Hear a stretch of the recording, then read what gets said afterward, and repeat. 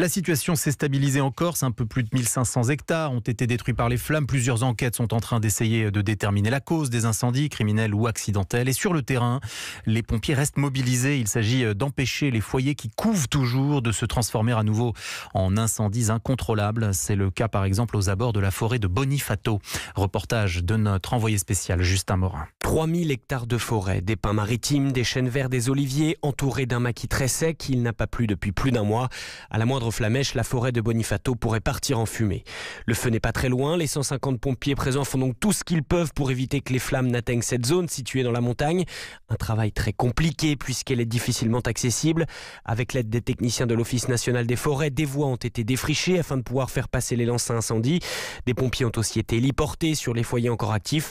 Et ce travail devrait se poursuivre aujourd'hui selon le commandant des opérations de secours, le lieutenant-colonel Rigaud. Notre objectif, c'est de préserver au maximum cette ligne de crête. C'est une forêt très dense, c'est une forêt de résineux avec plusieurs couches de végétation qui se superposent et effectivement le feu se propage très vite et techniquement est difficile à éteindre. Voilà, donc pour nous, c'est le type de végétation qui nous pose problème. Jusqu'à présent, les vents forts soufflant jusqu'à 90 km/h ont rendu les opérations très périlleuses. Mais selon Météo France, la journée devrait être plus calme.